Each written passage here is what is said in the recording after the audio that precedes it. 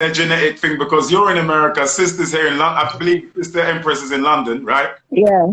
Both of you went to. What's going on? Do you sisters have telepathic communication about what kind of hair bonnet styles? No, it's really the bond of sisterhood. That's It's a good. natural bond of sisterhood. Very good.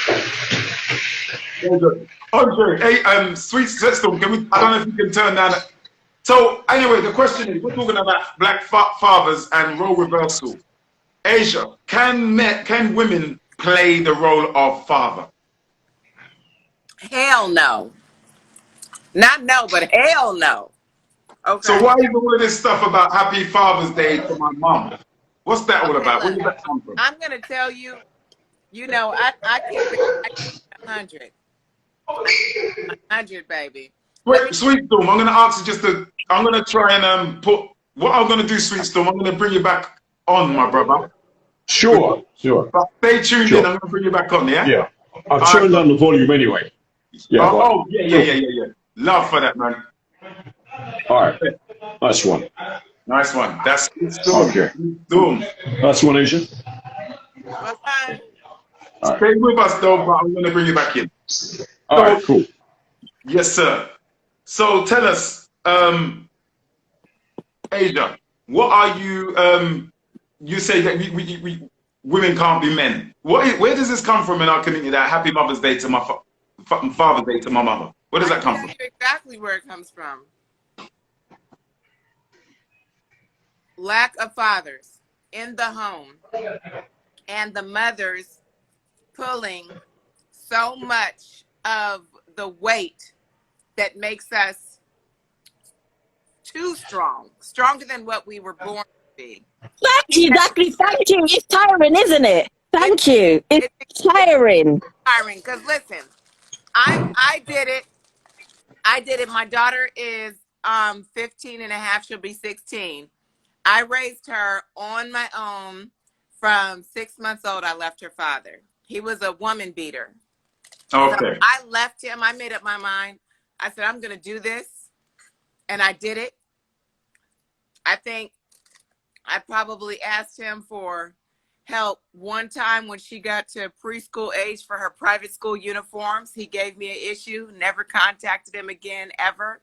And I did it on my own. And that takes, people, when people just hear the soft end of the conversation, like, oh yeah, you raised him on your own, or you're a single mother. They have no idea the depth that goes to raise children on your own. And we're never trying to be the father. Who wants to be a woman with balls? I mean, I'm gonna keep it real conversation. Like, no, I just want to be a woman. I want to wear the skirts, the dresses. I want to be able to be the emotional provider. I want to. So what's stopping that from happening? What's stopping the black man, in your views, from being that father and role model? Because I know there's plenty of good men out here, and I know in America there's a lot of. Sorry? From slavery, that was a real thing, and people can't discount that.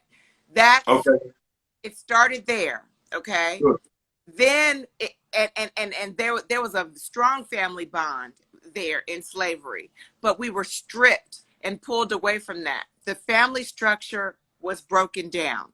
Then what happened is when low income. You're talking about psychological trauma. When low income trauma affected the bond of our families. Trauma and the black man still feeling imprisoned, enslaved.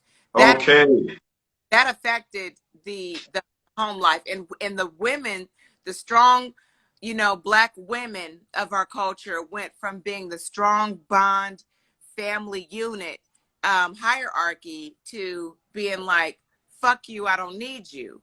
And so that and I'm gonna tell you where that came from. It didn't just happen. What happened in between slavery and this super independent superhero woman, single woman that has been created by society, what happened in between that is when once we were, you know, freed from slavery and blacks were building businesses, and then when, you know, they came with all this power control to Yep. destroy our black businesses and our black communities, what happened is it messed up the infrastructure of the financially growing black community to where there was low income housing and then there was crack cocaine. So when that came in, when crack cocaine and low income housing came, that was to kick all male fathers out of the home and control the infrastructure of the black family. So the black family became mama and kids. That's what family mean in the black community. Mama and her kids. Mama and grandma. mom and them. That's what you used to say, Exactly. mom and them. Right. How you mom and And them? daddy wasn't in the picture. And that was No, from Daddy was under the bed if someone knocked on the door looking for him to see if he still lived there, isn't it, as well? yeah. So it was when projects and low income housing came, and you got to fill out a paper saying, you know, is he in the home or is he not in the home? He can't be in the home and the government help you. So government started to be daddy. Okay. The government with the county checks and food stamps started to be daddy to kick real daddy out the house. Wow. So do you think there was something? And Do you then think crack those- cocaine came in. Crack Oh. cocaine came in to create some type of financial security for the black man in the community to make some money, to feel like he got some power again, to contribute, because there was no jobs, there was a recession. And then once the black man was selling crack, selling dope, getting money for his community, it was also tearing down the community. And they started arresting the black men and filling the prisons up with the black men. And now we got single mamas out here on crack, on dope, and a new generation of kids growing up without a mama and a daddy. Fuck the whole Right. structure up. So we're just now starting to come back from that. Yeah, this is very important. And that's why I love events like the Million Man March, Washington, D.C., 1995, calling on men to do their duty. And I'm saying, where the fathers at? We want to hear some more fathers jump on. We've got 2 queens here. And where's the man there? Come on, man, jump in. So with psychological slavery or intergenerational trauma or the effects of slavery, and I know you guys are celebrating what is called Juneteenth. I know very little about Juneteenth. And that's going on in America right now. You could say it's like a Black History Month, a federal holiday. It's a federalized holiday in the United States, commemorating the emancipation of the enslaved African Americans. You made a very important point there, Asia. Empress, do you believe that trauma of psychological trauma of slavery, that slavery has done to us as black women and black men, do you really feel that that's here with us now, with the black men and with the black women?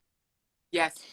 Yeah, I even got that book here because everyone keeps going about the Willie Lynch syndrome, and I read it, and exactly how it is. Exactly how it is. Willie Lynch. For those that don't know about Willie Lynch, to the best of my recollection, it was some say it was satire, but it was a slave owner, British slave owner, William Lynch, Barbados, 1612, who set out, history's gone, where he actually lays out our machination of how to keep the slaves as slaves. Now, a lot of people may be watching this and they're saying, well, why don't you get over slavery? It was years ago. Black fathers are making progress. They are better. It's a stereotype that a black man never gets to see, doesn't look after their child. That's a stereotype. Would you say, and I'm going to speak on this, I'm going to ask both of you a question. What do you do with a situation where a woman is not allowing the father to see the child and wants to be there for the child, and the harmful effects that it has on that child? Some people say that woman, that mother's bitter. She don't want him to see the daughter or the son. These things are happening right now. We can't pretend it's happening. What does a man do about a woman? Coming from women, what should a man do? to deal with that, to combat that, without getting violent, I obviously? definitely have something to say if she doesn't. Say Yeah, again? you go first. Oh. Okay. There are reasons to keep a child from the father. Apart from the violent, he's not violent. I'm going to give a scenario. He's not domestically violent, verbally violent. He's a good man. Right, and that's what I'm So believing. we're not, yeah. Yeah, that's what Go I'm. ahead. You know, I just want to say there are reasons to keep a father away from the child, and vice versa, reasons to keep a mother away from a child. But if their overall their character is good and they're not doing anything wrong, it's just y'all can't get along. It's just he don't want to be with you no more, or you don't want to be with him anymore. It is very harmful to keep the child away. Kids it takes two to make them. So trust, it takes two to really keep their mind at a good level of focus, and children need all that love. Children need all that love. And women, if we're speaking especially pertaining to, it's more cases with women keeping fathers away. Women have to stop doing that. Women have to stop doing that. You cannot hold the fact that he don't want to be with you no more against him. If he may have cheated and y'all not together no more, you can't hold that against him when it comes to his child. If he is wanted to be a father in his child's life, you have to allow that, because you are selfish and you're heartless, and you're not loving your child the way that you think that you are by keeping love away from them. They have another parent that wants to love them, other family members, other experiences. You can't teach that one child everything. You can't teach that child everything. They need their daddy for things that you cannot even think of. So you got to love your child outside of yourself. You have to stop being selfish, and you have to release that hand of control and let the child go and be with their father and have other life experiences. It's a human right. It's a human right to have access to your child. The child could not want to mess with their mama no more once they get old enough to see what was really going on. Sometimes children are so seeded by the mother, and that's why the mother is the cornerstone of community and nation. Yeah. Some children are so seeded by the mother's bitterness that they grow up not wanting to have access to their father, even though the father's done no wrong. Yeah. And this is the power that the women have in the community. It's a lot of lies. It's a lot of lies. It's a lot of lies. I'll give an example. My mother used to say, your father, he's a liar. He ain't shit. I mean, this is real conversations. That's something I've grown up with. Kids, that's real shit. Kids are, your daddy ain't shit. He's a liar. You look just like him. Blah, blah, blah. All this, negative stuff that parents are feeding. But let me tell you, I got old enough and I saw, my father wasn't shit. So you're going to see it if it's really there. But you don't need, it's unhealthy to go and say those types of things to your kids. Come on now. I'm just going to read something real quick for Fathers for Justice. It's a UK organization, and I'm going to read some stats. 200 children lose contact with their fathers every day in secret courts. 200 lose contact with their fathers every day in secret courts. Secret courts, meaning not courts of justice. But you know what the secret courts are? Those are to do with social care. Right. Yeah. Right. And this is the UK now, 1 in 3 children live without their father. That's too many. 1 in 3. This is today. We're gonna talk about this.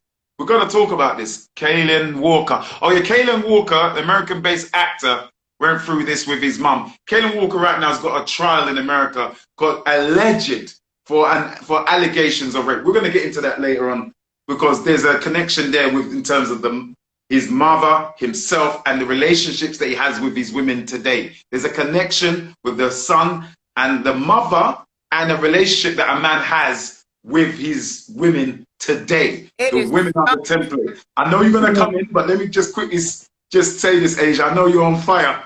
3.8 million Nearly 4 million children are fatherless in the UK.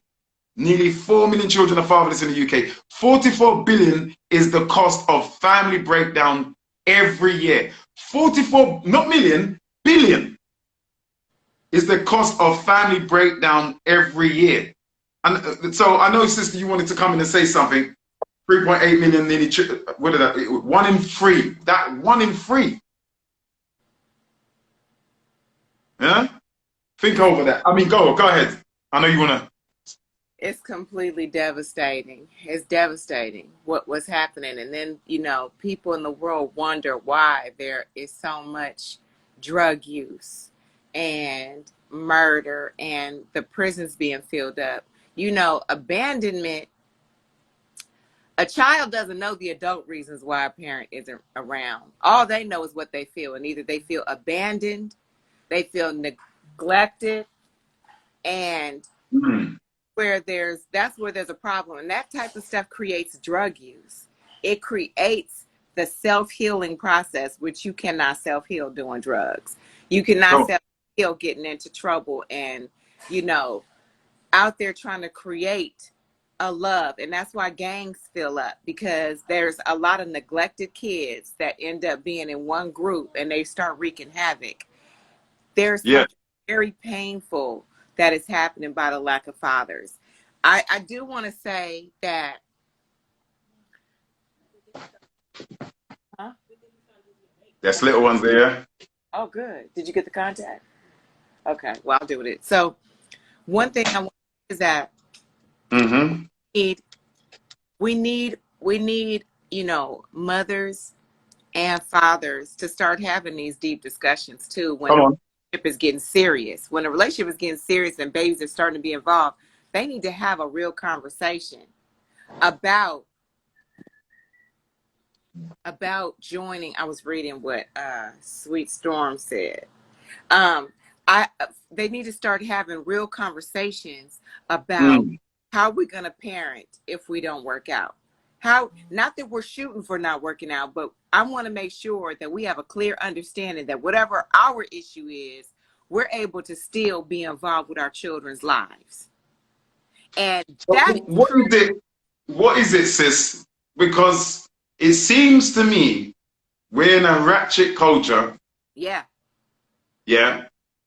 We're in a ratchet culture whereby the younger generation, more than ever now, being promoted. It's been promoted toward them to just get with whoever, have sex with whoever, no commitment.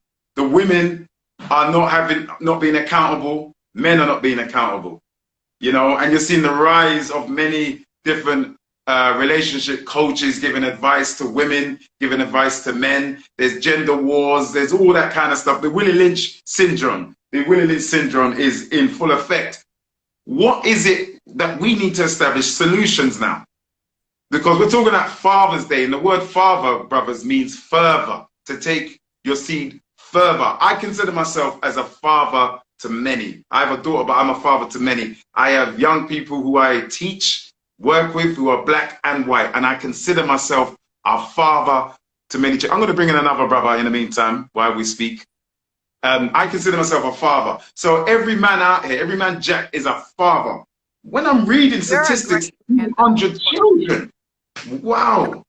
Courtney, you're a great man though. And I think that you are a great man. You were a great man when my daughter's father wasn't, when my daughter's father had died, helped throw her birthday party. And I'll turn this camera around. You're a great father. You're a great example of leadership in the community, and you step in and you're a father to father.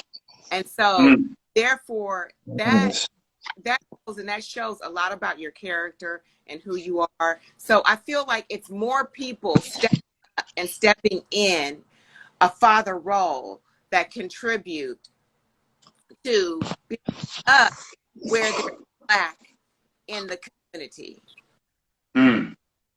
Sister Blessing, I give all praises due to the Most High, you know. I'm just trying. I'm just trying. Brother, what go on? All good, man. All good. All good. Respect, Courtney. Respect.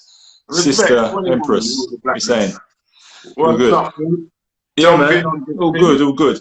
Yeah, I was just going to give a male perspective because what was the lady's name who's been talking? This is Sister Asia all the way from Atlanta, Georgia, baby. No, not And not this is the Sister American sister, Empress. the other sister. She's raised a few things. Empress.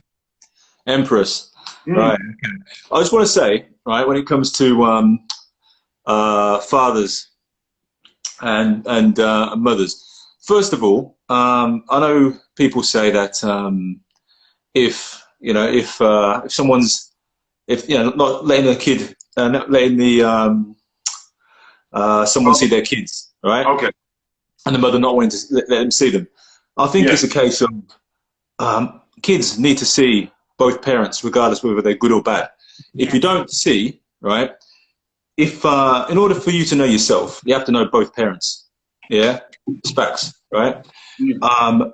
Like I've known people who've grown up without seeing their father, not knowing their father, and they're all kinds of screwed up because they didn't know themselves. There's a part of their self that they didn't know.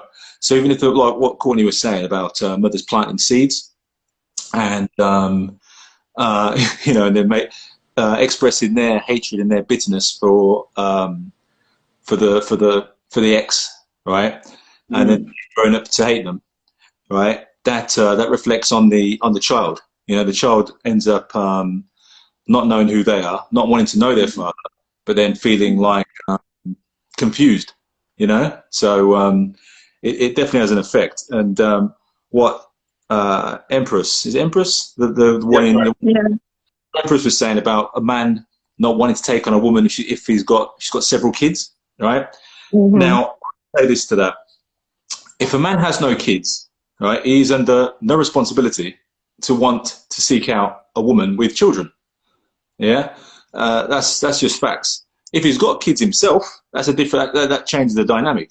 But if you're a single man and you have no children, a woman with 2-3 kids shouldn't expect to get a single man. She has to be realistic as well. That's my opinion. I don't know what you think to that. No, it's not a forced thing, but I hear it a lot from black men. But white men, they just pick up a white woman. If it's a white woman with children or she doesn't have, they're not really fussed. I hear it a lot. But yeah, I hear a lot. You'll think. Let me say this. Let me stop you there. Let me stop you there. All right.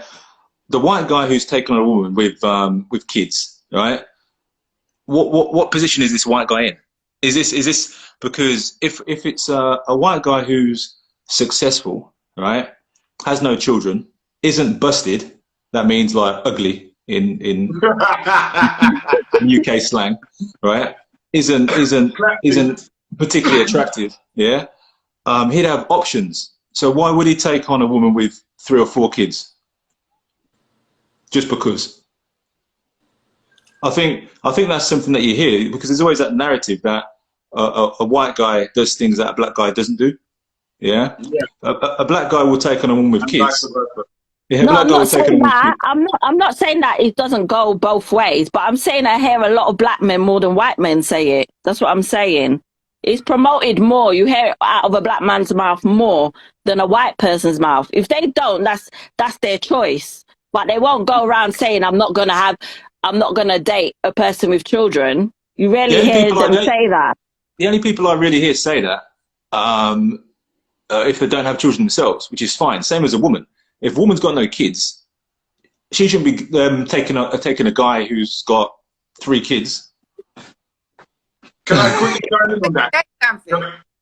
Can I chime in on that? Really quick. I will just say it straight up and down. A wise man said that for a man to marry a woman who has children from a previous relationship is a very good and honorable man. And needs to get bigged up. And as a community, it's very admirable for us to do that as a village and as a community. Thank you. Yes, exactly. Yes. I'm going to say that. I'll just throw that in there. It's a beautiful thing when a woman can be a mother to a son or a child, that is not biologically hers.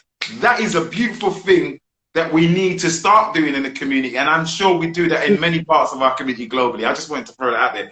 Brother, carry on. Sorry, sis, you was going to say something. Sorry, I want to shut my mouth. I have something I would love to interject and say. Yeah. So I agree that, you know, when you're single, you're just trying to explore who you are. Single, meaning, you know, not in a relationship, no kids. You're just trying to figure this world out on your own and, you know, trailblaze and figure what you want out, spend your money however you want to spend, do whatever you want to do. Now, the interesting thing is looking for love and wanting love and however that comes into your life. That is the game changer. That is the surprise. I don't think you're necessarily, you know, when you're single and don't have kids, or if you happen to be a single parent, however you became a single parent, you, at the end of the day, everyone wants to be loved. Everyone wants some companionship. Everyone needs to have somebody, if you have kids, you still need someone to sit and have good adult conversation with and laugh with, have romance and plan things that isn't everything revolved around having children. So you still need that companionship. Now, I have been a single mother raising my children. How I entered into this conversation, can women be fathers? Absolutely not. You still need the companionship of a partner. So it happens, my mate he's a single guy, no kids. Now, his life and his structure, I think, being a family person, and that's what helps. The person, when you're single and you have kids, or you're single and you don't have kids, there's things that you need to look for in your partner, anyone that you want to spend your life with. Are they a family? Does family mean something to them? Does community mean something to them? Do they have leadership qualities? All of these things are factors in looking for a mate who are single with kids. So it just so happens, you know, my partner has come into my life, does not have biological children with me of their own, nor children outside of me of their own.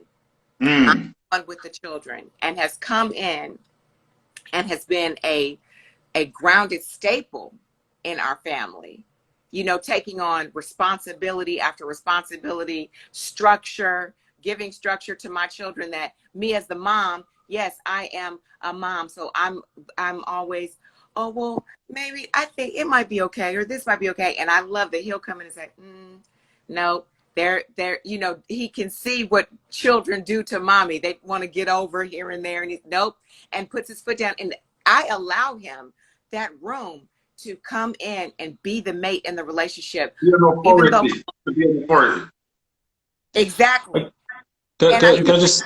It's important. Those types of things are really important for the person to be able, they can't come into a relationship with a person that has kids and have no voice. That it'll be over. I love what you're saying. I definitely want to. Can I just say this? Yeah, like I'm saying, that's fine, and that works. That's a great situation, and a great position you found yourself in, finding that particular guy. So that's amazing. That's really good. I know that it doesn't happen all the time either.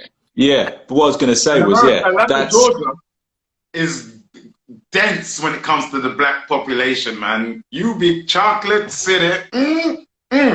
Jeez, I need to, anyway. I was going to say, that's probably more the exception rather than the rule. But I'm pretty sure you didn't have, when you was dating, or when you was you know, putting yourself out there, like, you know, putting out into the universe that you want to meet the right guy, that you didn't have a stipulation that the man has to have no kids. You was, I'm assuming, exactly. I'm assuming you was smart enough to think, well, look, you know, I'm not gonna expect a guy. You know, you get some women. It's like, there's a little thing I coined called unicorn syndrome, right? Where a woman is single for a very long time, and they have an ideal man, right? And it gets to a point where it becomes completely unrealistic. because you're thinking you're none of these things yourself. So why would you expect to find it in a man? Right. You know, they say, oh, the guy's got to have a six pack, and you're thinking, well, you haven't got a six pack. Yeah, the man's got to have a Jaguar. You haven't got a Jaguar. Yeah, the man's got to. He can't have no kids. You've got 4 kids. You know what I mean? The man has, you know, all these other things, right? Realistic. Yeah. And many people are still staying single. That's not realistic. Yeah. My daughter's tooth just came out. She just handed it to me. Congrats. Yeah, come and say hello. Come and say hello. Oh, come on. Yeah, the tooth, the little tooth come out. Come on. Yeah. Do that tomorrow. You're going to have teeth like mine soon. Don't worry. Yeah. That's beautiful. How old is she? She's forgot her age. Hey. 9. 9. I know it happens sometimes. You forget how, I know. Ask me how old my daughter is. I was like, no, I remember. I don't remember my own age half the time, but Bro, that's the purpose. Yeah. That's beautiful, bro. That's beautiful. Yeah, man. Daughter, someone's saying son, daughter. That's beautiful. This is what we love. This is what we want. So, hey, real quick, bro. Would you date a sister who wears a hair bonnet? My what wears it out in public? Yeah. Yeah. I don't No, think my missus wraps her hair like how you've got it.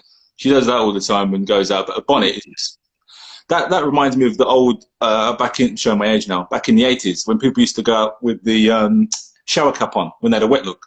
Yeah. Yeah. Doing a body popping. Yeah.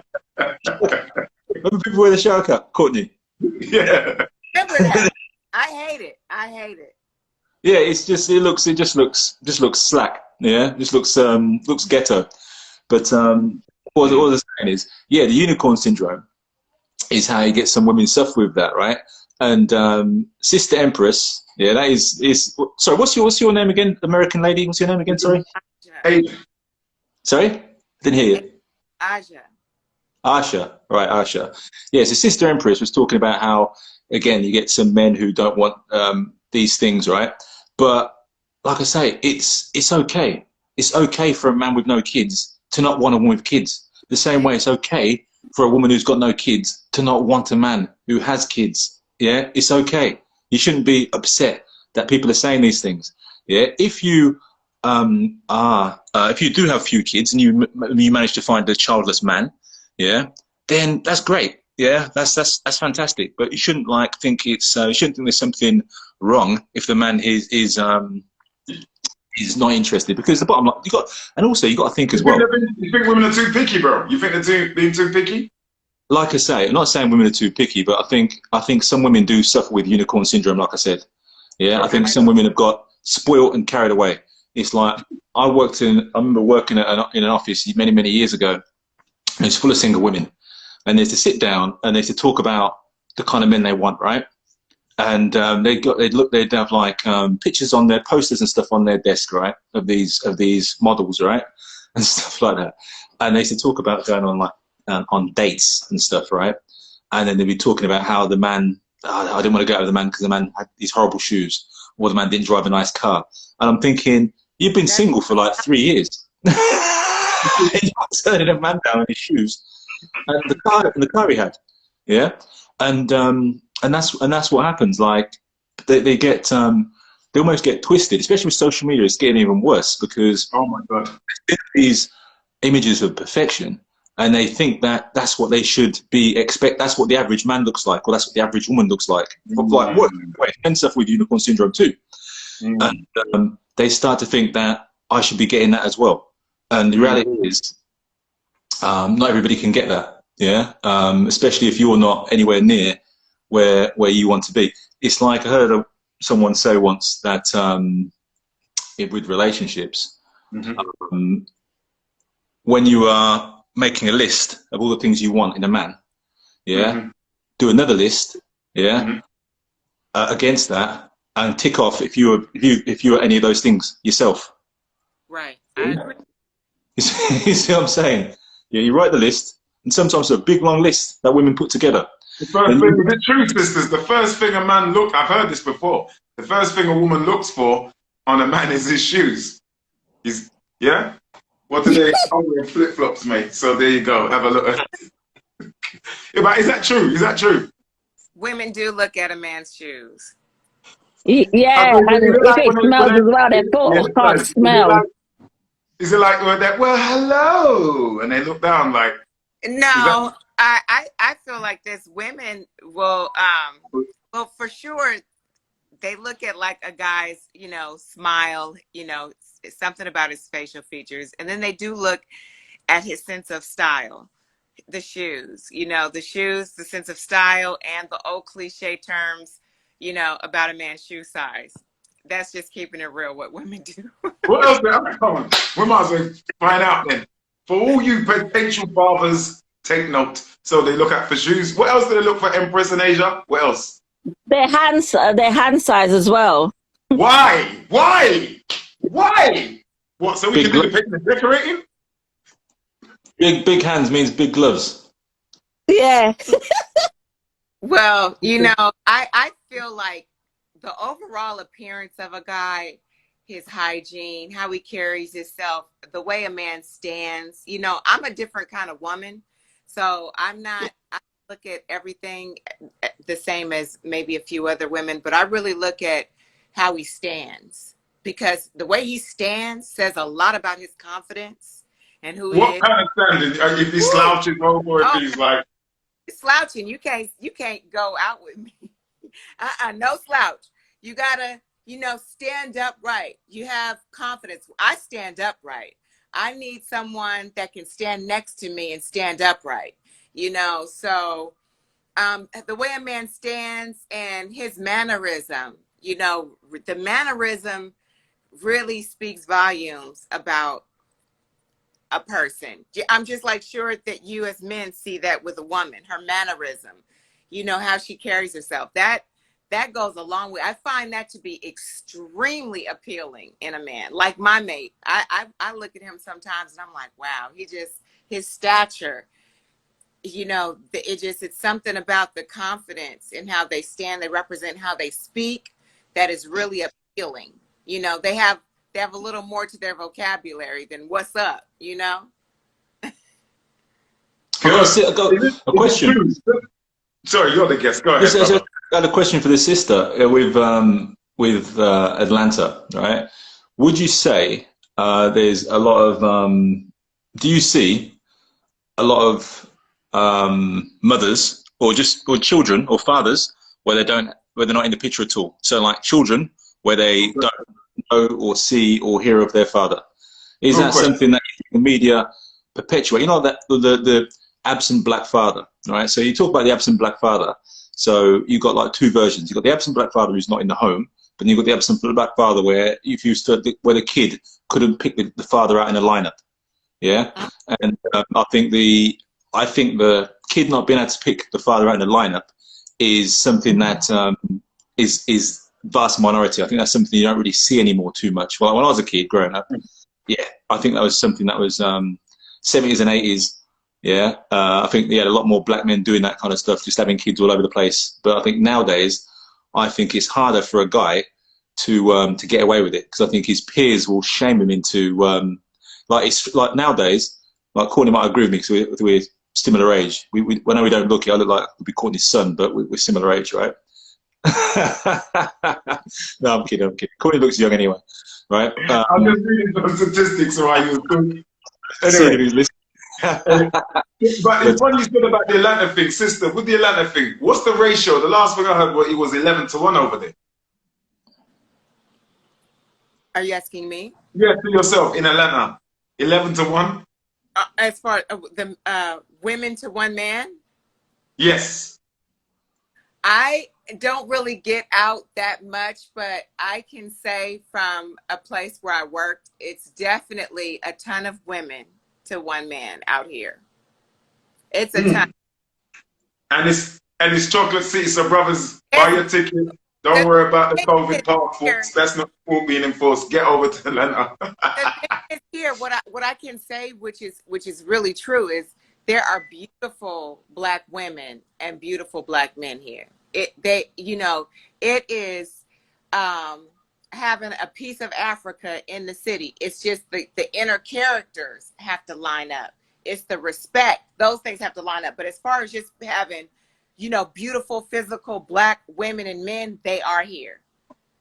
And entrepreneurially speaking, A phenomenal. Atlanta is known as the Phenomenal. Black Mecca of America, right? Yes, phenomenal place for Blacks to come up, to get money, to expand and buy land. And it's beautiful, it's peaceful. It is definitely a center place to build your life and set up your generational wealth. Yeah, I've been in Atlanta about 3 times, and I've almost never come back. Every time I've seen so much black police officers, Black mayor, Black governor, Black bus driver, Black business owners. There's a place called Buckhead over there, the shopping center, beautiful, lickety Black. Wow, Jay, there's the train drivers Black, everybody Black, beautiful. I'm like, I saw a sister over there. This is in 2005. Went over there for the first time. I was dating over there, and I saw the first time I saw a police officer over there. It was a Black woman. She was beautiful. I said, "Hey, arrest me." Yeah, you can arrest me. She was gorgeous.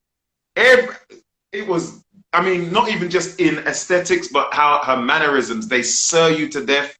Ma'am, sir, how can I help you? The hospitality, the Southern hospitality is on another level. But look, I just want to quickly move on. Since the Empress, you're still with us, yeah? Yeah. I want to just read this manifesto fact sheet. And this is what it is over here, Sister Asia, in the UK. And I believe it's the same in America, the United States of America. The biggest killer of men under 50 is suicide. Men, 35% more likely to die from cancer. This is talking about this country. We already read this already. 1 in 3 children live without their father. 2 in 3 murder victims are male. 2 in 3 murder victims in the UK are male. I'm going to say that. No, I'm going to say that again. 75% of all suicides in this country involve men. Okay. I think we read 3.8 million children live in fatherless homes. We're in a population of at least 60 million. 3.8 million children live in fatherless homes. 84% of hidden homeless are men. Men, yeah? 3 times more like dads now. Dads 3 times more likely to die. And let me tell you something. They didn't say Black, they didn't say white, Asian, but I guarantee you, if the statistics are 3 times more likely, dads 3 times more likely to die. Anything that is reflective in the white dominant community is going to be worse in the Black community. Yeah? So I'm reading these statistics here, and it's from fathersforjustice.org. Men are more likely to commit suicide. Men are more likely to die from diseases. And I believe, brother and Empress, it's all connected in with the family unit. It's all connected. The amount of men I've spoken to are depressed on a daily basis just because they can't be with their children, or just because they can't afford the things that they'd like for their children. What's the solution to uplift men so that children, daughters and sons have fathers? What's the solution to this? How can we turn this around? It comes, look, I'll show you this. Rule number 12. Yeah? Rule number 12. See that? Choose the right partner. Yeah? You're going to have to read that. Oh, okay. Amen. Yeah. Right? Rule number... Say that again for those in a cheap seat. No one's got no cheap seat there. Go ahead, say it again. Okay. All right, it's in reverse. Rule number 12 on the 21 rules of blackness. Yeah, is choose the right partner. Yeah, nip it in the bud early, right? If you choose the right partner, then you'll have a successful relationship. If you choose the wrong partner, then you won't be able to, your relationship's going to fail before it even starts. Yeah, that's the long and short. Yeah, that's the only way to ensure that you have a proper family unit. Yeah, too many people are just choosing the wrong partner. It's like Let's But have why a is this the conversation. wrong partner, bro? Can you Why? break that down? Well, though? You know what? Yeah, I'll break it down. I'll break it down. I'll Yeah, break it down. people I'll, because I'll, telling a person to love themselves and nobody's saying how you love them. How do you love yourself? No, I'll break it down. I'll break it down, right? It's very simple. It's not complicated, right? When you buy a car, right? Now, you both bought cars before, right? Yes. Yeah? When you buy a car, right, you do what is called, or when you buy anything of value, if you're going to buy anything that's over £1,000, $1,000, what you tend to do, usually if it's even above $100, what you tend to do is you do something called due diligence, right? Yeah. You do due diligence, right? So that means you speak to someone else, ask them if they've bought that product, you read up on the product, you test the product, right? You do various different things, right? So if you use a car, you go to buy a car, first of all, right, you might get an engineer to look at the car, right? Yep. Or you speak to your friend to see if they've, or you speak to someone who's bought a similar car and see You how know, it don't runs. just call the aesthetics of the car. Right? You do loads and loads of things, right? You read about the car, you go online, you do all these things, right? But yeah, and that's before you buy a car. Yeah. Now, bearing in mind, you're only going to keep a car for probably what, 3 years, 5 years maximum, right? And then you're going to get rid of it, right? But yet, you would do what, weeks worth of due diligence before purchasing the car. Right? Yep. No one walks into a showroom and leaves with the car the same day. That only happens in movies, right? No one does that in real life. Yeah, you don't just walk in, see a car, and go and buy it, right? But yeah, people walk into a nightclub, right, and walk out with the woman, and then next minute they're having a baby with them and going out with them. They're actually in a serious relationship with them, right? But yet they've done no due diligence. Now, due diligence with a partner comes in the form of this: looking at certain things, right? So you look at family. What's the person's family like? Yeah, who you're going to go in a relationship with? Yeah, the family. No one looks at that. Religion. What's the person's religious beliefs? Culture. What's the cultural beliefs of the person? Right? Yeah. You look at education. What's the education level of this person? Now, that doesn't. When you talk about education, that doesn't mean have they got a huge degree or lots of other papers. It just means education in terms of, are they well read, right? Right. So are they on the same level of education as you, right? Yes. You talk about what else? Your The mental health and trauma. That's right. You can talk about that. You can look at that as well. The social beliefs. Yeah. What are their what's their social position? What's their social standing? What, you know, all these. There's a long list you can go through, which you can look at. Right. Health. What's their eating habits like? Right. Yeah. You know, things like that. Right. And then you align that with what you're interested in and what you're currently doing. Right. And then by going through that, you can then figure out and work out whether that is someone who's right for you. Right. Emotional well-being. Yeah. Yeah. Just due diligence. It's not, you know, it's not complicated. So a lot of us are not doing that. A lot of us learn by default and making mistakes. We follow. A lot of us, and that's why I'm in the movie industry, because films do influence people's thoughts and thoughts influence people's behavior. A lot of us, and I'm going to put it out there, a lot of women have been programmed by Disney films. And, you know, Little Mermaid and falling in love at the end and all that kind of stuff, fantasy stuff. But then when reality kicks in, the disappointment kicks in as well. Miss Empress, tell us, in terms of what brother just said here, what's your thoughts? I think the first thing would be like their mental health and trauma, because they can be all of these professions, have good jobs, have a good family and stuff. But if there's something wrong with their mental health or they have bad traumas, it will affect everything else on the list. I think that's the top thing. Like you don't discuss, like, and when we see someone, like, ask your relationship, what's happened, like are you okay, like mental health wise, certain things, like, because that will just affect everything. Even if the person has a baby with someone and it not sometimes not necessarily what the man does. It's something that triggers her, and then she stays or she takes the child away, and it's her mental health. Sometimes we don't discuss that. It's like a taboo. So within other communities, it's not. It's more talked about. In our community, it's more a taboo. So if we're not talking about that and stuff, it affects everything else. Empress, you know, other communities, do you think we kind of use them too much of a barometer of what we should be as opposed to us just being ourselves? Yes. And when you say other communities, there's another thing as well. It's like people always do this as well. When you say other communities, right, let me see. What other communities are you talking about? Specific, just name 3. The Asian, the Arab, the Jewish. Yeah, they always go by them, right? So what's the Asian community? Just tell me what the Asian community is. What does it mean to you? I see Chinese. They stick together and they do certain things. The Chinese, the Indians, yeah. And there's another one. What's it called? Well, is it Malaysian or something like that? Okay. I can't remember. Yeah, they're all considered to be of Asian.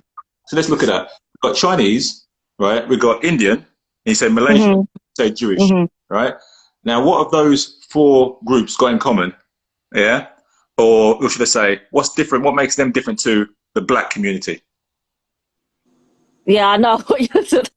The oppression. We're oppressed. They're not.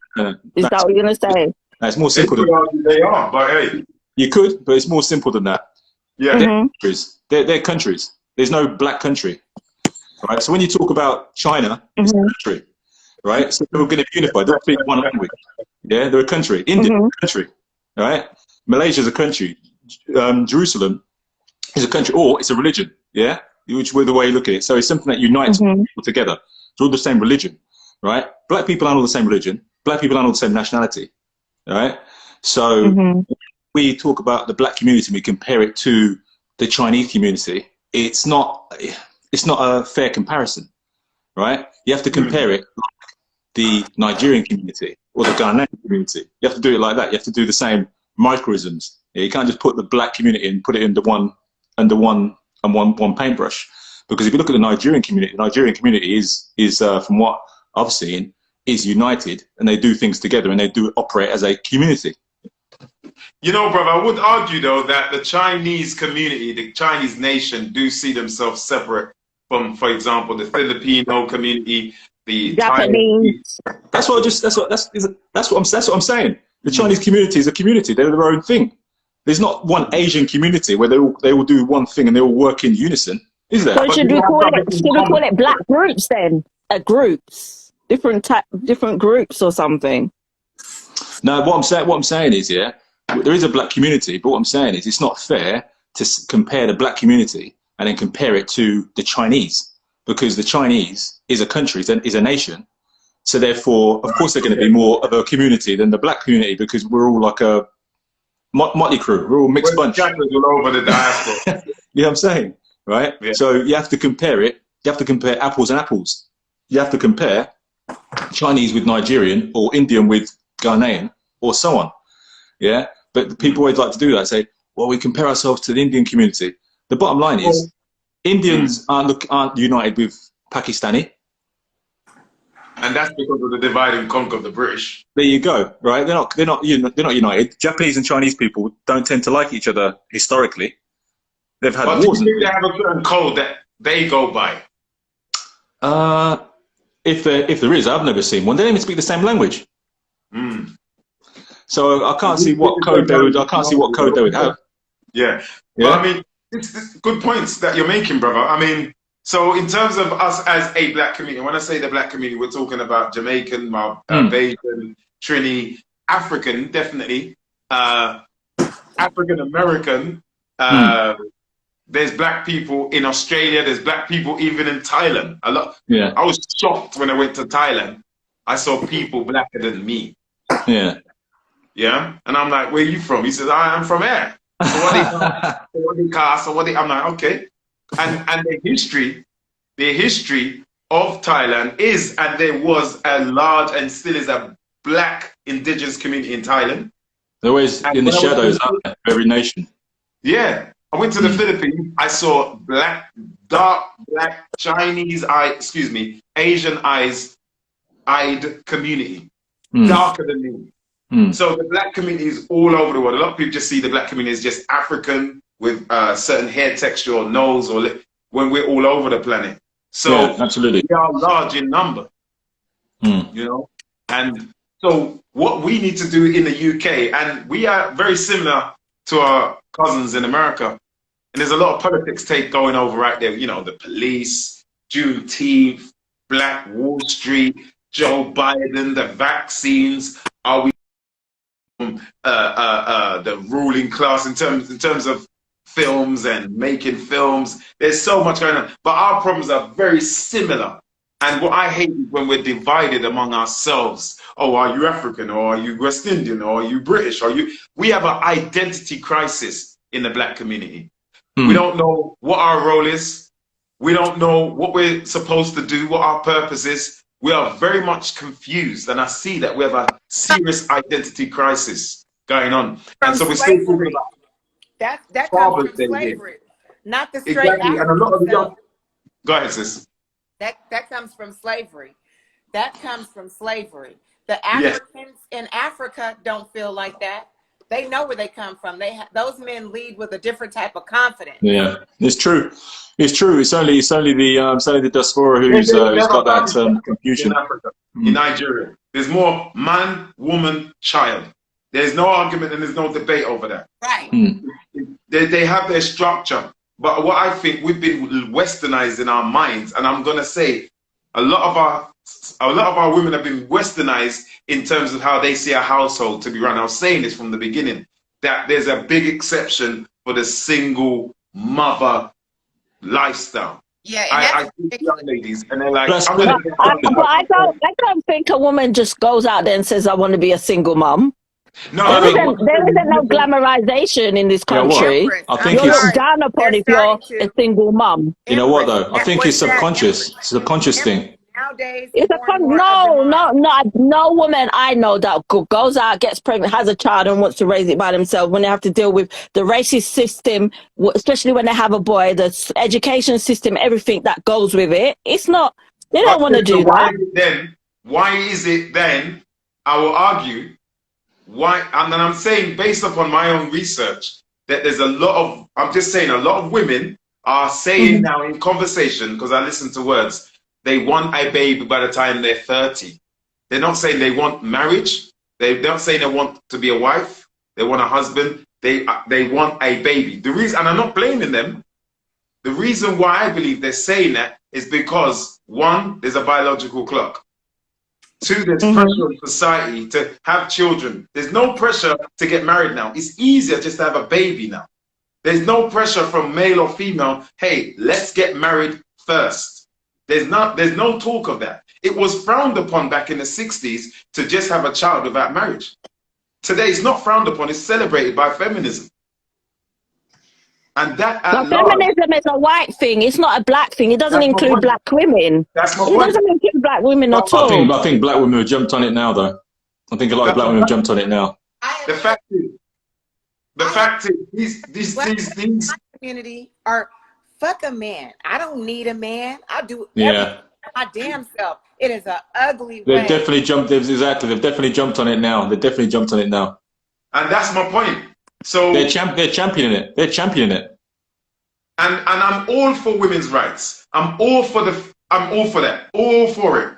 But at the same time, we have to be careful we don't get usurped by other foreign ideals. There's a balance. There's a balance And in then there. I'm looking at we're talking about our community. We read earlier about the statistics that most homes are led by single parents. Most parents most homes are led by single mothers. Well, I'm saying that's a statistic, and that's not the real world. There's a lot of men in there, like I'm saying, but they're not registered to the address. There's a lot of men that live in the house. There's a lot of men I know and women. Their baby fathers live in the house. But that They're not registered to the address. Address though. I'm sorry, Empress. That doesn't make it better if they're not registered to the address. This is still all. No, but he's literally saying, when he says single, he's literally meaning the father's not around at all. That's what it No, no, makes no, it no, sound no, like. no, sis. Sorry, can I clarify? He's not in the home. He's around out of maybe convenience or whatever the circumstances are. But we're talking about the single. Just being stamped on the address, you still are not there. A woman is still represented singly. And I'm going to say this as well, sis, Empress, that single, until you're married, you're still registered. You're registered as single. Yeah. Even if you've got a boyfriend, girlfriend, you're still legally you're single. Yeah. Mm-hmm. And this common law marriage thing now, where you cohabit with someone or shack up, that they under common law you're meant to be married. But the point is, as a culture, we've just totally wholeheartedly taken on board and absorbed this mindset of I'm just going to have children without marriage. And I think we need to give a different message to young men, in particular young girls, because when you're married, children coming from that union, you're more secure. There's more. It's a contract. Yes, it is an agreement, and it's more. It's easier to walk away when you're just with someone without having a contract or making some form of commitment. A woman needs to be committed to, and a man needs to commit, and we need to commit. Without marriage, we have no community, we have no nation, we have no wealth, no economics. You're talking about Chinese, the Chinese community, the Asian community, the Jewish community, they deal with marriage and family. And if we're going to heal from the wounds of slavery and take accountability, then we need to honestly start looking at the message or the messages that our young people are getting. Right now, our young girls are told just to go out and get your body count up. Young men are told, get your body count up. No one's thinking about consequence and hold on, I might have a child out of this. The other thing as well, Courtney, which I'll just say to add to that, is arranged marriage as well. Yeah, is how you look at cultures, right? The most successful cultures deal with arranged marriage. Now, even in the British culture, right? When you talk on ground level, now you can just marry whoever you want. But when you go up the social levels and you get to the top end, all their marriages are arranged. They may think they may make you believe it's not, but they've been selected from young. All of them, even the wealthiest men on the planet, their wives. Yeah, it was arranged. You might get a choice of 3. Yeah, but the bottom line is they're arranged. Yeah, I've talked about that actually to my own daughters, and I'm in agreement. I would arrange my own daughters' marriages. I'm very absolutely. I'm very serious. I have talked to them about it already, and I said if I find someone and I feel they're suitable, then because I don't trust with what's being produced nowadays. My daughter is almost 16, and then my other one is 12. I'm raising them to be wives. I'm raising them to be working, independent women, but not so independent that they do not know how to be in the position of a woman, of a household, and of a relationship, where they can still provide and take care of themselves on their own, but they know their role joining into a relationship and how they should be treated, how I want them treated, how I want them to treat their mate. You know, I am in agreement with arranged marriage. I totally am. Excellent. And I want to let single mothers know who are raising their children on their own that, listen, without you, we wouldn't be here. So this is not in any way am I beating up on single mothers. No way. That's not what this is. I'm not beating up on single young mothers, old mothers, black or I'm not doing. That's not what this is. What we are saying is the women. I sincerely believe, as Malcolm X said, to educate a man is to educate an individual. But to educate a woman is to educate a whole entire nation. I believe civilization is measured off women. If you want to judge any nation of people, look at the women. The women are the standard bearers of civilization. And if our women are not educated, if they're not, protected, guided, and in their energy, then we're finished. So yes, we can be fathers. We plant the seed. The women then incubate the child and give birth and nurture the baby. But again, we're one of the same, father and mother as one. And it's not a put down on single mothers at all. No way is, no. Not their. But no, you're absolutely right. And the thing is as well, like anyone can really find himself as a single parent. Yeah, because you know you could have there's lots of things that are out of your control. You can't plan for everything. So But, you know, but Jay, you're in a better position as a man. Sorry to cut you, and a woman as well. When, as you said, that you lay out certain standards, and as Sister Empress said, when we look at the traumas. Yeah, it reduces, like what you're saying, Corny, to build on what you're saying, it reduces the risk. Yeah? So anyone can Marriage is a good insurance. but you really reduce your risk. Yeah? If you do your due diligence first, right? Yeah, absolutely. But Empress and everybody, there's so much I want to say. You know what? I don't want to take up your time. You know, I'm gonna jump off. I'm gonna stay on. I'm gonna continue listening, but I'm gonna have to jump off. Yeah. All right. Yeah. Well, Empress, I know we can't see your beautiful self, but I want to big you up. Anything you want to say before you leave, my sister, as we close the show?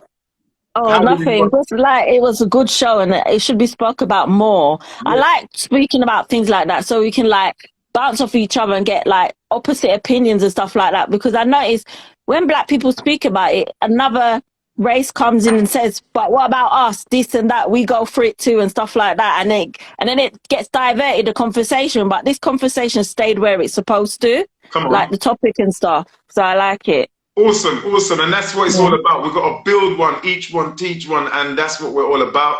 I do sincerely believe television and media and propaganda is a major part as to why we see and view things a certain kind of way. Our young people, that is. And sister, I want to say you as a mother are the cornerstone, and without you, we would not be here. So yes, it's Father's Day today, and we want to big you up for doing what you do with the future that you're raising. So I want to big you up, sis. You know? Thank you. I want to say that to you. So bless up to you. And Asia, when the daughters get married, I'm going to be there. Yeah? You know, like Will Smith and Martin Lawrence. Hey, I want to meet, hey, I'm going to like, yeah, you know, I want to have that kind of. Yeah. So you won't go with my niece, huh? All right. Hey. So that's what that's what a father's role is as men. And I'm appealing to us as men, as uncles, as brothers. Let's not abuse the power. This is a deep one now. It is. Don't abuse the power of love that you get from a young girl. Right. I'm going to say that again.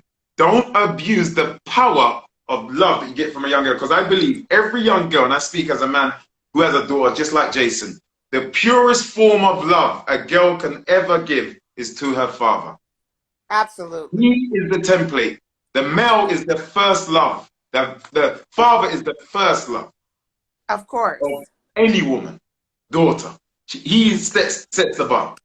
So we got to do better. We always can improve. And I see a lot of men doing great, but we can do better. I want to big you up, Asia. I want to big you up, Empress. Jason, stay there, yeah, for a second. And thank you, sisters. I want to say thank you. Oh, yeah? Thank you, and happy Father's Day. Happy Father's Day. Happy Father's Day to you, Father. Happy Father's Day, everyone. Bye. Thank you, Queens. We couldn't do this without you. Well, thank you very much. Thank you all the way from Atlanta, Georgia. Thank you, London, Empress. Thank you, sister, Queen, Asia. We'll catch up, babe. Okay, yeah? bye. Thank you, love. Well, meeting you. Talking to you. Stay there, Jason. Thank you, sis. So, Jason. Yo. My brother, I know you do your 21 Rules of Blackness. Tell us about that before we relinquish, my bro. Oh, right. So, yeah, 21 Rules of Blackness. It's a book which my partner and I wrote last year. It was during the lockdown period. So we were on I was on furlough. My missus was, well, she's actually still on, she was on maternity leave actually at the time. And we were just watching, it was around the time of the BLM and that kind of thing. And we just thought, you know what? So I've read 48 Laws of Power, right? Yeah. A few times, yeah. And I thought, you know what?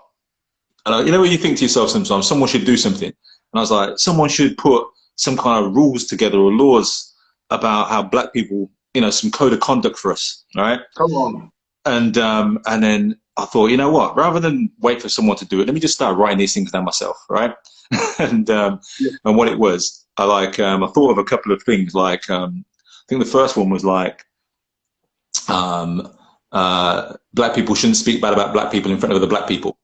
Yeah, I love it. I love that. And then my missus, what she was doing, she was writing them down, like just in a little notebook.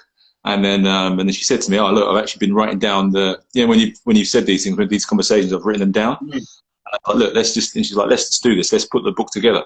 So then off the bat, we put the book together over during the summer. Then we got it published, and then everything started growing from there. So yeah, we got the book 21 Rules of Blackness. It's like a roadmap for the black. Okay, where can people see the 21 Rules of Blackness, my bro? Yeah, so it's like a roadmap for Black diaspora, list of rules on how you should how to navigate your way through the society that we live in. And I don't think there's and the idea is it's not coming from a place where it's like condescending. It's like this is what you need to do. It's like it's something to work towards. Like we understand we're a work in progress. So it's like the 21 rules that are there, no black person is going to disagree with them, right? Not everybody follows them, but it's achievable and you can get there. And it's just going to give you a guide and a way through. And that's the long and short. And then off the back of that, we do other things as well. Like we're trying to start the channel, the YouTube channel. People are watching that. We're having discussions on different aspects of the rules. So that's where we are. That's where we are. Awesome. So I've seen your shows on YouTube. How do people follow you and subscribe to you, sir? Well, you can just go on to 21 Rules of Blackness on YouTube. Yeah, you can see at the top there, but it's backwards, I think, showing backwards. But 21 Rules of Blackness, Instagram, 21 Rules of Blackness. But just jump on the YouTube channel. All the information's there, and then you can see the shows, books available on Amazon if you want to read that, or like follow us on Instagram, and then you can get a signed copy. Message me or message us directly and get a signed copy. Nice. So what, bruv? You got it for England for the Euros? For England. Wow. You got it for England. I'm just going in for. If England, the bottom line is the England team is half black, isn't it? All right, and so it's they kind of represent young black people as well. Because there's a lot of the thing is, it's like the generation below us, right? They may identify with the England team a little bit more than maybe people our generation or older identified with the England team. You see what I'm saying? Yeah. So it's one of them ones. You know what I mean? So it's not going to be a bad thing for the country, is it? You know what I mean? It's not going to be a bad thing for the country if they won. Yeah. So it's one of those ones. You know what I mean? I don't own an England shirt personally, but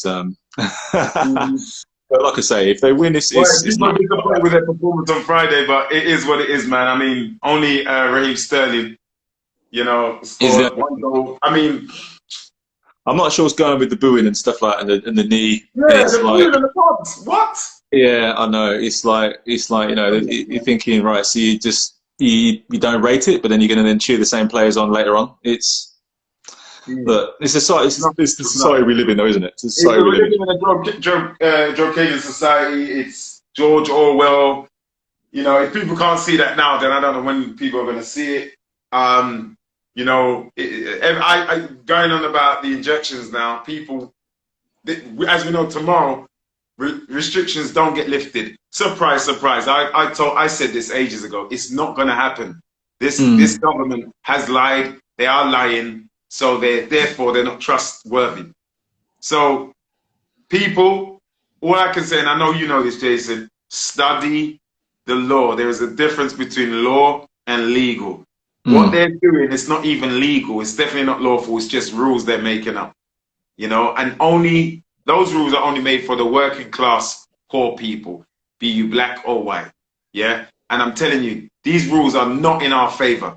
You can't cheer. You can't boo. You can't live. You can't express yourself. Carnival's not on. Carnival's.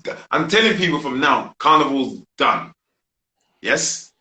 Yeah, Carnival is done. And I mean done as from what we knew it was for the past 50 years plus. What it will be next, it's not going to be the same. It's done. All these rumors I used to hear about Carnival's going to move and change. Yes, this is the perfect opportunity. Yeah, I think they wanted to Hollywoodize Carnival anyway, didn't they? It's done. Carnival's over. That's nothing to do with the origins of it anymore. Something like Glastonbury. Yeah, for a very long time, and now, like you say, with the 2-year gap, when it comes back, they'll reinvent it as something else. So yeah, it's they're putting out some and Robin Thicke. Yeah, it'll be something totally different. But like I think with like I say, that there's a term, isn't there? Yeah, cognitive dissonance, right? Yes. And that word is like the flavour of. Look, it's the poster boy word for 2020 and going into 2021, isn't it? Monkey see, monkey do. Monkey see, monkey do. It's because people, they don't want to question anything. You know, something can be glaring them in the face, and they're still like, I'm not buying that. I'm not interested. I don't believe that. Exactly. It's in your face. But, it's in your face now. For me, it's got to a point now where. I just keep my thoughts to myself. I keep my opinions to myself when I speak to people. I don't get into debates or arguments with people because it's like what's it called? You know, when you grow up, when you've grown up, and there was people used to say, never talk about religion or politics at the dinner table. Yeah. Yeah. What's going on now? There's a lot of people divided now. New category. Not wanting to get it. So much. People are literally breaking up in relationships, friendships, family. Oh, over it. Yeah, absolutely. I saw one guy on. Someone sent me a video of some guy who was on the One Show on Good Morning Britain. I don't know what he was on. He was on something like that. He was saying about how it's time to cut ties with your friends who haven't been vaccinated. Yeah, I've heard that. Yeah, and you're just thinking, what's that all about? Why would they even be pushing that narrative and saying you need to cut ties with people like that? And that's what I mean. And it's the whole thing. It's just like a serious divide. So it's like it's one of those situations where it's just better not even to have the conversation. Yeah, because you don't know who. What people's thoughts are, and it's probably better not even knowing what people's. You know what? My thing is this: time will tell with everything.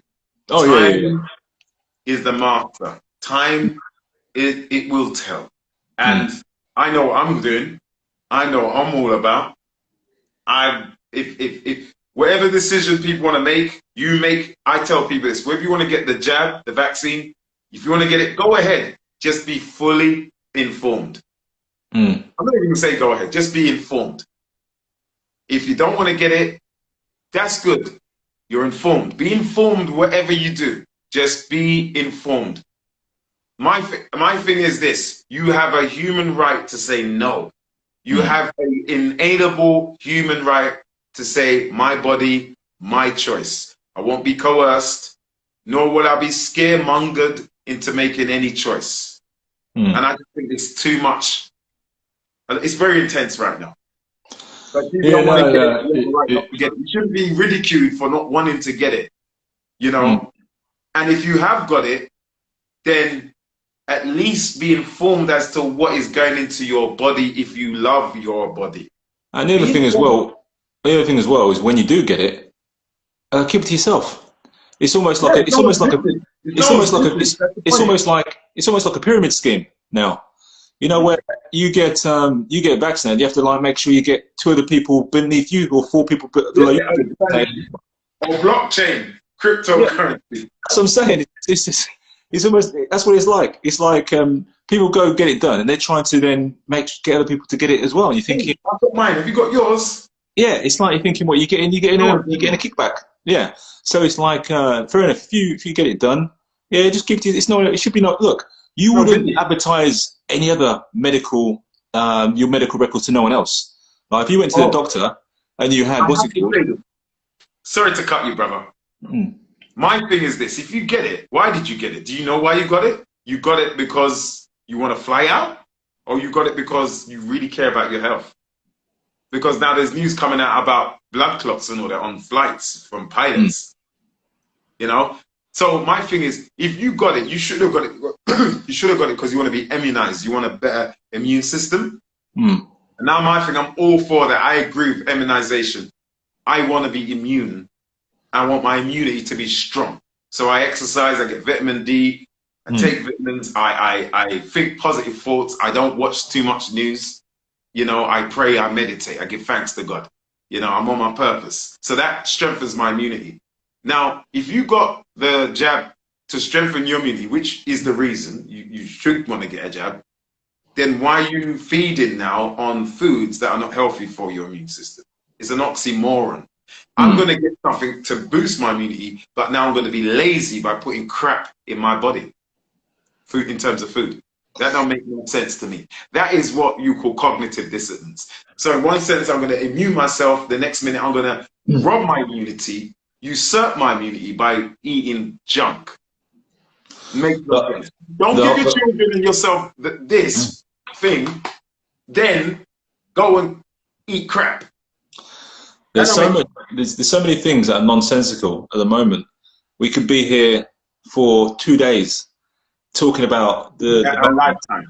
because it's like, look, I'm lost for words half the time. Each day they raise the bar on something that makes even less sense than the day before, and you think it's moronic, bro. Let's be honest. It's moronic. It's moronic. Sometimes I think, is this a social experiment to see how dumb people are? Yeah, yeah. How far they can go before people say, wait a minute, wait a minute, this don't make no sense. Yeah, it's almost like they're just trying to see how far they can take it.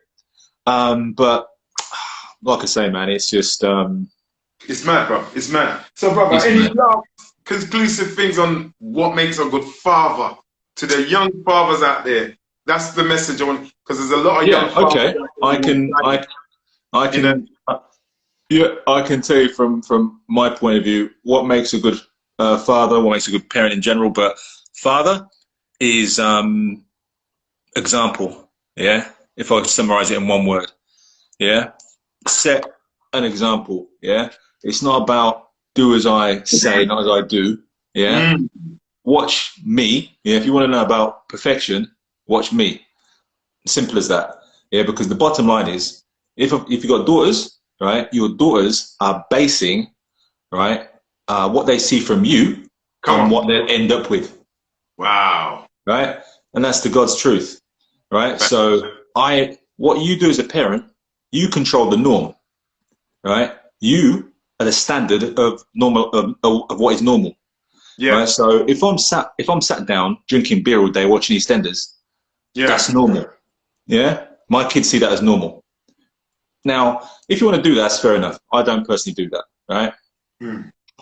That's normal. If I sit down and I'm reading 48 Laws of Power, for example, or 28 Rules of Blackness, right? And I'm drinking a glass of water and eating some idle food. Guess what? That's normal. Yeah, that's normal. So if they go meet a man, and they meet a man chirps them, and he's like, "What are you into then?" And the guy's like, "I like to sit down, drink beer, and watch EastEnders." They're like, "That's foreign to me. That don't make no sense. What kind of man does that?" Now, if they meet a man, he's like, "Yeah, I like to sit down. I like to read. Yeah, all the EastEnders fans, by the way. Yeah, eat idle food. Yeah, and I don't drink or smoke or do any of those things, right? Which I don't, right? That's like, that's normal. That's what a man's supposed to do. Yeah. So that's what I say as a parent.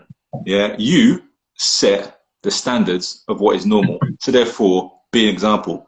Yeah, simple as that. So if you're going to sit down and swear, right, or shot your wife a box in front of your kids, yeah, just know that your kids are going to see that as normal, and then that's what they're going to end up in themselves.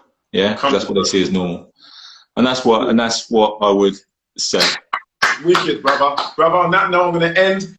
People can follow, like, and subscribe to yourself, to your channel, 21 Rules of Blackness, YouTube, Instagram, but definitely YouTube. Very good, interesting shows, very thought-provoking. Please follow our guy, Jason, right here. I'm gonna get you on 20 Rules of Blackness as well, Courtney. We've got to do that.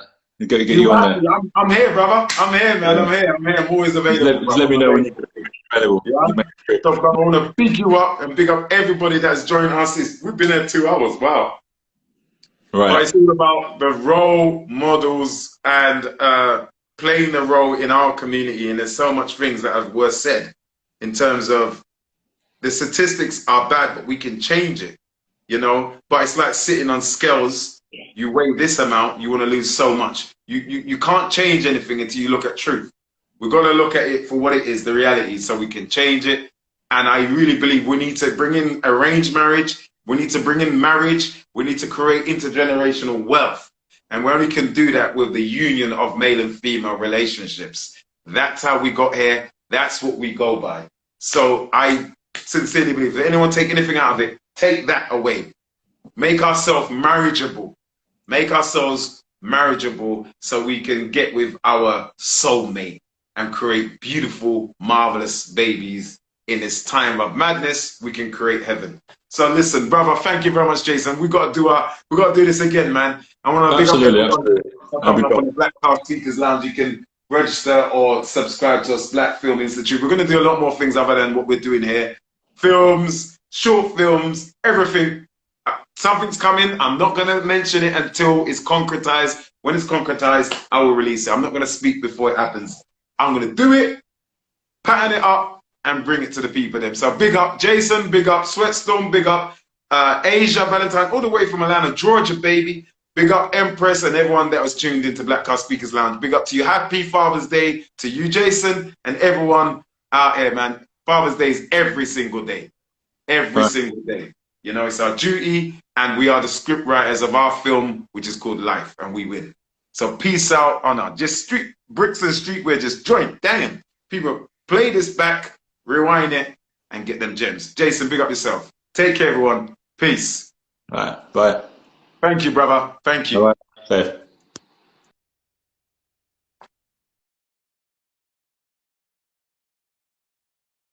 Big up, everyone.